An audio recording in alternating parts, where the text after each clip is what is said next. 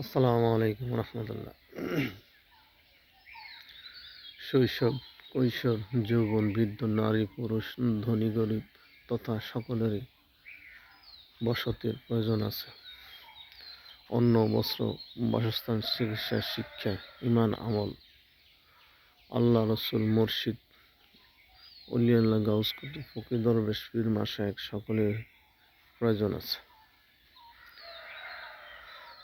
যার অভিভাবক যত জ্ঞানী, যত ইমানওয়ালা, যত দামি, তার জীবনটাও তত উজ্জ্বল, অতই সুন্দর, অতই ফুটে ওঠে। কিন্তু যার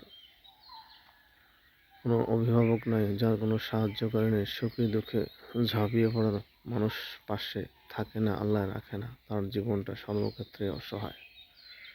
এই অসহায় জীবনকে সহায়ত্ব করতে হলে কারো না কারো শরণাপন্ন হইতে হয়, ইচ্ছাই হোক অনিচ্ছাই হোক।